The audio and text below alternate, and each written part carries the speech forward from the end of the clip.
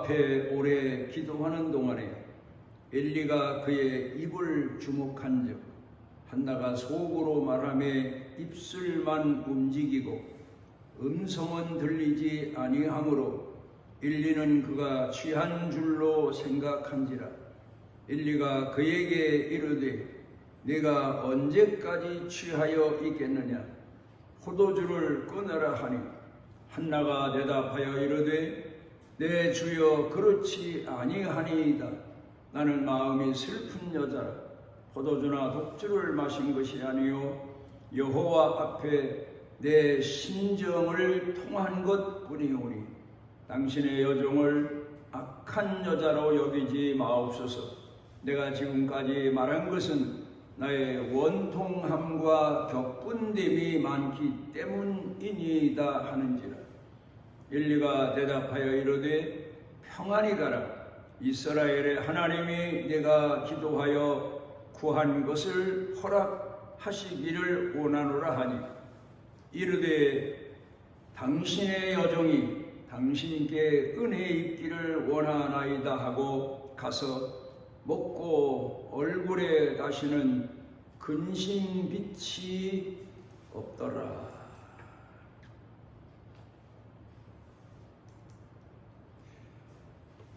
옛날 분들로부터 우리가 자연스럽게 사는 생활을 통해서 배운 바 교훈 세 가지가 있습니다. 첫째는 사람 삶에 있어서 모든 것을 귀히 여기는 마음입니다. 농경사회를 이루고 살 때에도 농사하러 밭에 들에 논에 나가면 키우는 곡식 한 포기 한 포기를 마치 자식처럼 귀히 여기는 그런 마음으로 키웁니다.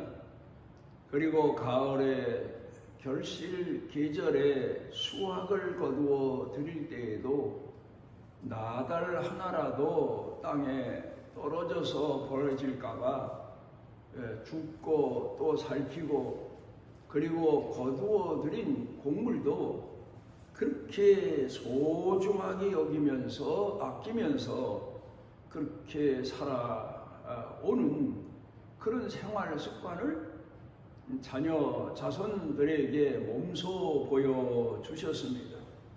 그런가 하면 두 번째로는 아끼는 마음입니다. 가난한 시절이라 그렇기도 하지만 옷도 그렇고 음식도 그렇고 심지어 요새 같으면 상해서 버려질 음식도 다시 끓이고 또다시 손질해서 그 음식을 버리지 않고 먹게 했고 그리고 또 아껴 먹는 그런 마음 이런 마음이 대단했습니다. 그러니까 물건도 아끼고 또 그에 따라서 사람도 아낄 줄 아는 귀히 여기고 소중히 여기며 아낄 줄 아는 그런 삶의 교훈을 본인들도 그렇게 사셨거니와 자녀 자손들에게도 그렇게 몸소 보여주셨습니다. 그런가 하면 세 번째로는 나누는 마음입니다.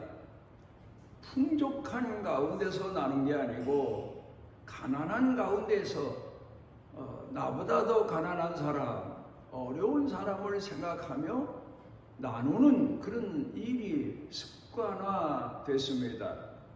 그래서 내가 어렸을 때에 청년 때에 지내면서 보면 이웃 사람들 간에 서로 조금만 나은 음식을 만들면 서로가 나누어 주기도 했고 그 심부름을 많이 다녔던 기억도 납니다. 그리고 성장해서 예수님을 구주로 영접하고 신앙생활을 하던 때에 어느 기도원에 갔더니 두 분이 죽을 쓰고 있습니다. 양식이 부족하니까. 그런데 내가 가니까 거기다가 냉수 한 그릇을 더 부어서 멀건 죽도 아닌 그런 음식을 만들어서 셋이서 나눠 먹은 그런 적도 있는데, 그래서 그 기도원의 구호가 혼자서 밥 먹느니 죽 쏘어서 둘이 먹자, 심지어 그런 구호를 내걸고 가난하지만 서로 나누어 먹고 마시고 사는 그런 생활들을 했던 것을 이제 기억해 봅니다. 그리고 우리 조상들도 어른들도 이웃과 나눔에 대해서 음식만 나눈 게 아니고 그 외에도 농사에 필요한 것들을 빌려주고 빌려오고, 또 그리고 성장한 아이들이 입던 옷도 또 동생에게 물려주기도 하고, 이렇게 나눔의 소중함을 가난한 가운데서도 실천으로 보여주면서 살아가는데 큰 도움이 되게 했던 것을 생각해 보게 됩니다.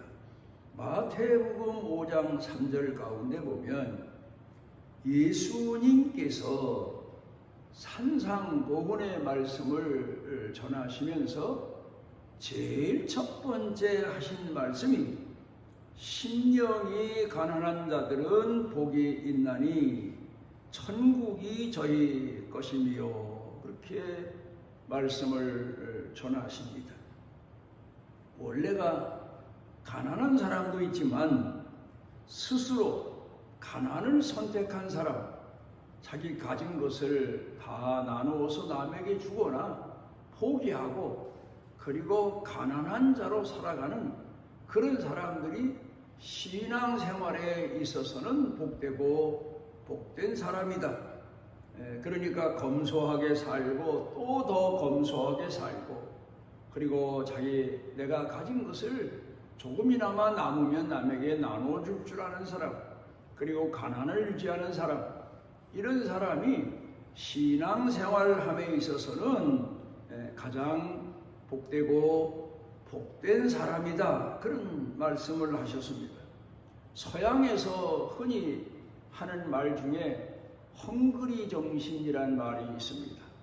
그러니까 사람이 줄였을 때, 배고플 때를 잊지 아니하고 그때 살던 갈급한 마음 가지고 살아가는 사람이 인생에 있어서도 경제에 있어서도 넉넉한 삶에 이를 수가 있다.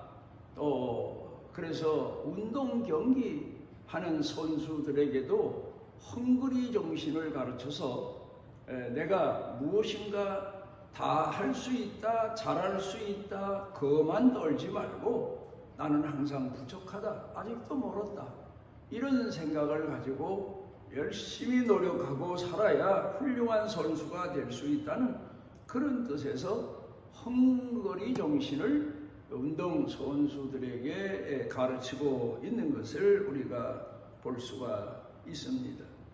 예수님께서도 하늘의 보좌를 내어놓으시고 버리시고 이 땅에 가난한 한 백성의 집에 오시고, 그리고 그 가난한 중에서도 더 가난하심을 선택하시며 가난한 자들과 함께 하시고 사역을 3년 반 동안 본인이 가지고 계신 모든 것을 다 포기하시고, 능력도 포기하시고 또 젊음도 포기하시고 인생도 포기하시고, 그리고 하나님 앞에 메시아로서의, 하나님의 아들로서의 사명을 다하신 것을 볼 수 있습니다.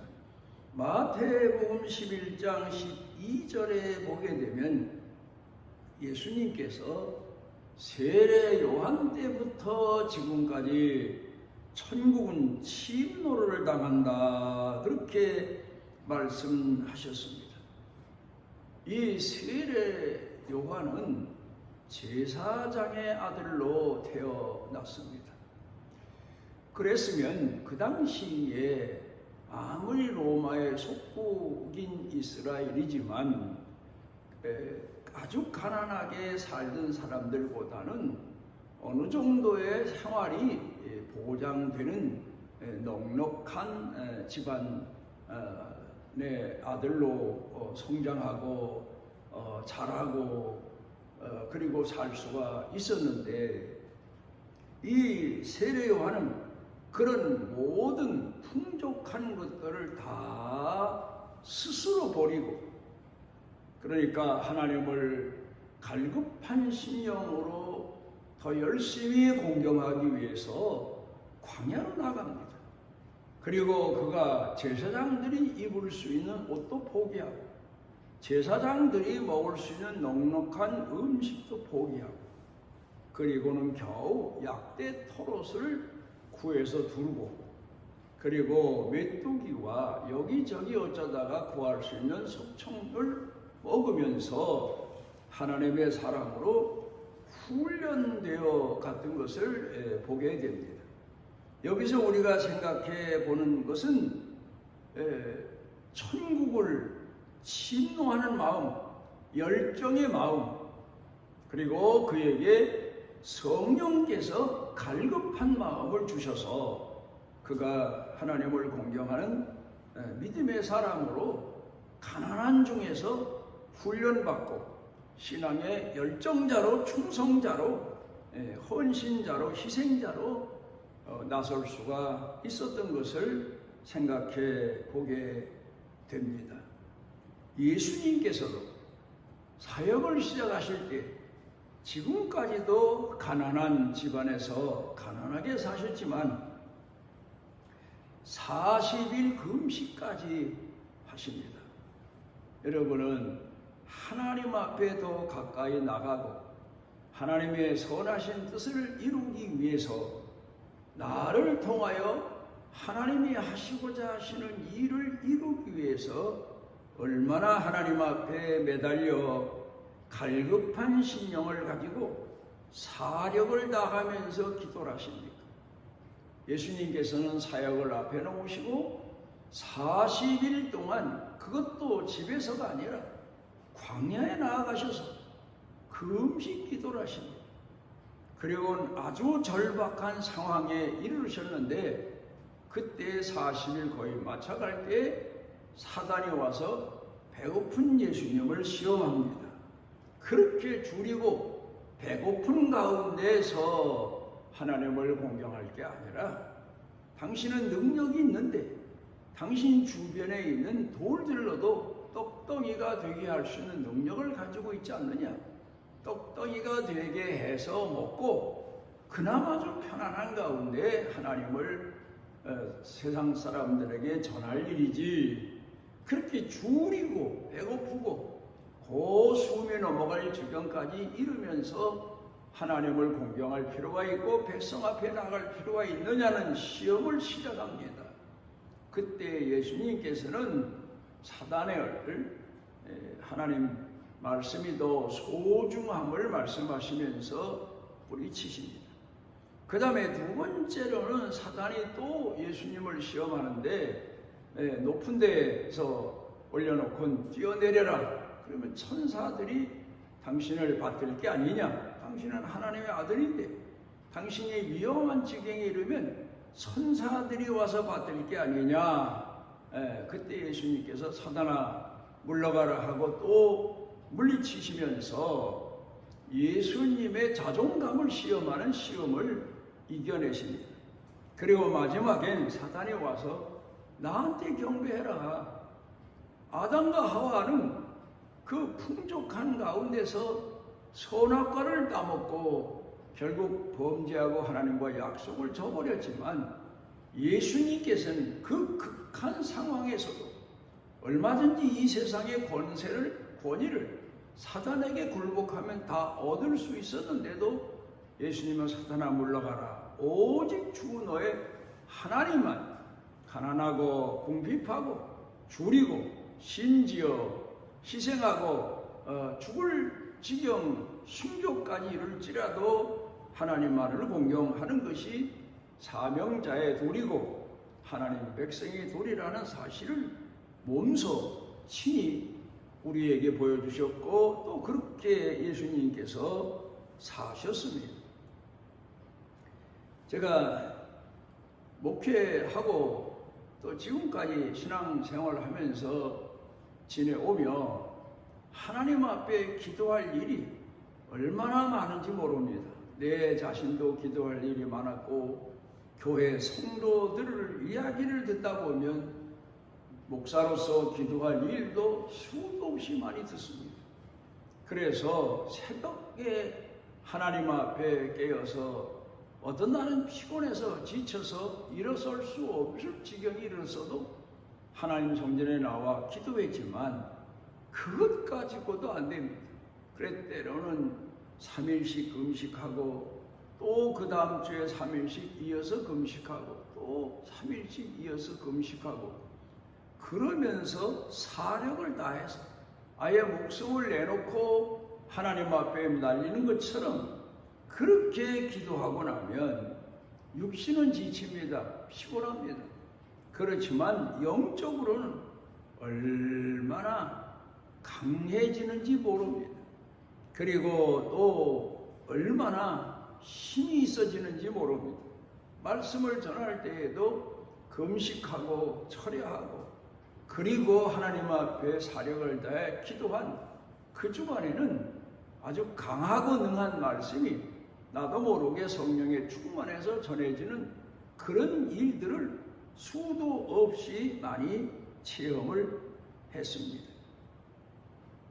구약 성경 열왕기상 18장 41절로 46절을 보게 되면 엘리야가 아합 왕 때에 불신의 백성과 불신의 왕과 왕후의 일로 하나님이 이스라엘을 징벌하시며 3년 반 동안 비가 오지 않게 하셨습니다. 그렇지만 너무도 그 백성들이 배고픔과 가뭄에 시달리고 굶주려 죽어가는 사람이 있고 하니까 하나님 앞에 기도하는데 무릎 사이에 머리를 파묻고 하나님께 얼마나 간절히 부르짖고 기도했는지 모릅니다.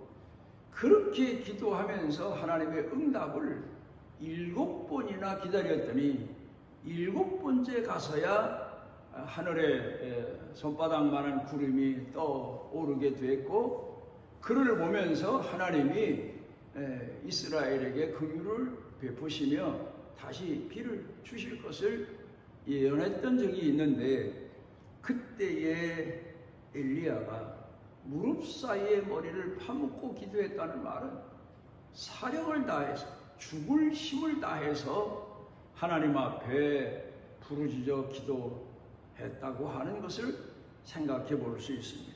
여러분은 여러분의 형편과 사정을 놓고 얼마나 하나님 앞에 기도합니까? 얼마나 하나님 앞에 부르짖습니까? 얼마나 여러분들은 사력을 다해서 기도합니까? 그런 사람에게 하나님이 응답하시고 하나님께서 그를 통하여 역사하심을 성경에는 수도 없이 많이 기록해 놓고 우리도 그렇게 기도하기를 권고하고 있습니다. 오늘 성경 본문으로 돌아가 보면 옛날에 더군다나 옛날에 여자가 불임 상태였다고 하면 그것보다 더 천한 인생이 없었을 것이라고 생각이 되어집니다.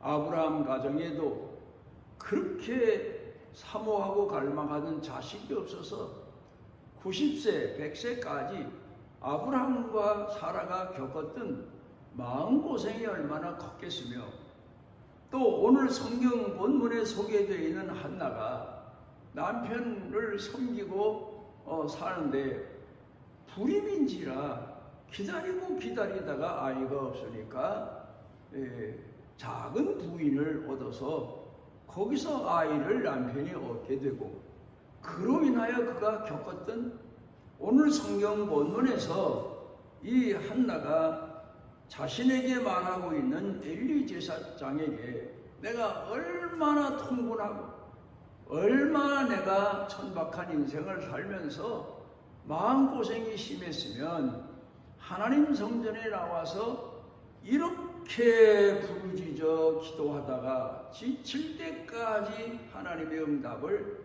갈망하고 있습니다 하면서 고백한 내용임을 볼 수가 있습니다. 그때 하나님은 이 한나에게 귀한 응답을 주시는데, 여기서 우리가 하나 생각해 볼 수 있습니다. 만약에 한나가 정상적인 여성처럼 남편과 결혼해서 아들, 딸 낳고 유복하고 풍족하게 살았다면 이런 기도를 하나님 앞에 드릴 수 있었을까? 우리가 가끔 신앙인으로 살아가면서 어려운 지경에 이를 때가 있습니다. 도저히 이제는 끝이다, 내 인생은 이상은 없다 할 지경에 이르렀을 때 하나님 앞에 사력을 다해서 내 마음 성품 뜻을 다해서 부르짖어 기도해서 탈출구를 발견하게 되고, 하나님이 그로 인하여서 다시 살 길을 열어주시고 하는 체험을 얼마나 많이 하는지 모릅니다. 우리는 그럴 때 하나님을 더 의지하게 되고 하나님을 더 찾게 되고 하나님의 도우심과 치료하심과 갈망함을 더 부르짖어 기도하게 됩니다. 이런 한나의 심정을 처음에 성전에 와서 입술만 동하고 기도하며 그 얼굴빛이 얼마나 하나님 앞에 부르짖어 사력을 다했으면 술에 아주 만취해서, 우리로 말하면 아주 술에 너무 취해서 쓰러진 그런 사람의 모습처럼 온 삶을, 생을, 목숨을, 있는 힘을 다 쏟아붓고 하나님께 부르짖는 이 한나의 모습을 보고 대낮에 술에 취해서 교회에 나와서 하나님께 마음이 아무리 상하고 통분한들 술주정하는 것처럼 기도하면 되겠느냐 하고 엘리 제사장이 한나를 잘못 판단하고 보았습니다. 그러나 그때 한나가 자기의 심정을 토해서 얘기하니까 엘리 제사장이 감동이 돼서 성령께서 감동시키신 거지요. 그래서 여호와께서 내게 구한 것을 허락하시기를 원하노라. 그리고 축복을 합니다. 그러자 한나는 그 축복의 말씀을 듣는 순간 가슴이 뜨거운 응답으로 받아들이게 되고 성령께서 역사하십니다. 우리가 성경을 통해 보면 한나가 엘리 제사장으로부터 어떤 특별한 종교적인 행위를 통해서 자녀를 축복받고 그리고 집으로 돌아갔다는 얘기가 별로 없어요. 성경을 보면 그냥 말로만 여호와께서, 이스라엘의 하나님 여호와께서 내게 축복해 주시고 구한 것을 허락해 주시기를 원하노라, 간단한 말 한마디. 엘리 제사장은 지나가는 말처럼 했는데 한나는 얼마나 신앙적인 갈증이 심했으면 그 말씀도 큰 우레와 같은 성령의 능력의 말씀을 선포되는 것으로 받아들이고, 그리고는 집에 돌아가서 하나님 앞에 응답받았다 하는 확신을 가지고 살며 결국 그 일로 인해서 사무엘이 잉태되었고 사무엘을 낳아서 믿음의 사람을 키워 하나님과 그리고 이스라엘을 위해서 크게 시대적으로 헌신하는 아들을 키워낼 수가 있었습니다.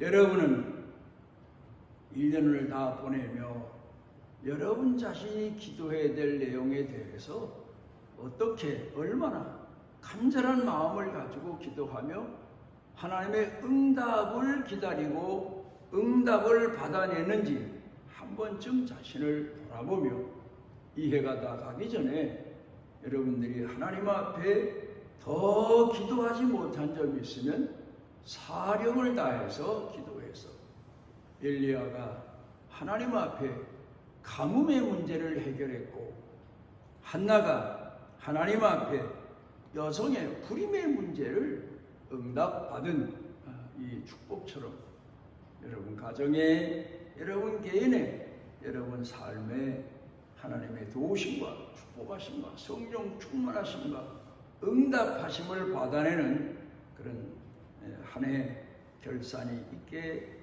되시기를 바랍니다.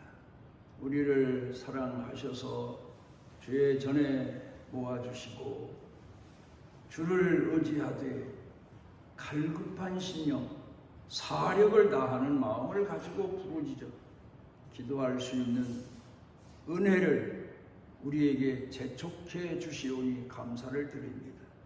기도하옵는 것은 이 말씀을 듣는 모든 성도들 모두가 다 한 해를 보내며 그냥 허송세월로 지나지 아니하고 하나님 앞에 결산할 것을 결산하고 하나님께 부르짖을 것을 부르짖고 응답받을 것을 응답받는 축복의 은혜가 있게 하여 주시옵소서. 예수님 이름으로 기도드리옵나이다. 아멘. 이스라엘의 하나님 여호와께서 그 날개 아래 보호를 받으러 온 내게 온전한 상 주시기를 원하노라. 우리가 죄에 매여 있을 때 우리를 찾아오셔서 우리를 구원해 주시고 사죄의 은총을 주시고 하나님의 자녀로 살아가도록 주님을 사모하고 갈망하며 주의 이끄심에 순종하며 살 수 있는 믿음 주신 우리 주 예수 그리스도의 무한하신 은혜와 오늘도 우리를 포기치 아니하시고 영원토록 품에 품으신 아버지 하나님의 만극하신 사랑과 세상 끝날까지 우리를 깨워주시고 충성케 하시고 헌신케 하시고 기도하게 하시고 부르짖게 하시는 성령님의 능력의 은총이 사랑하는 자녀들 생각 속에 마음, 영과 육, 머리 위에 사는 생활 중에 일터 경영 중에 넘치고 넘치도록 함께 하시기를 축원하옵나이다.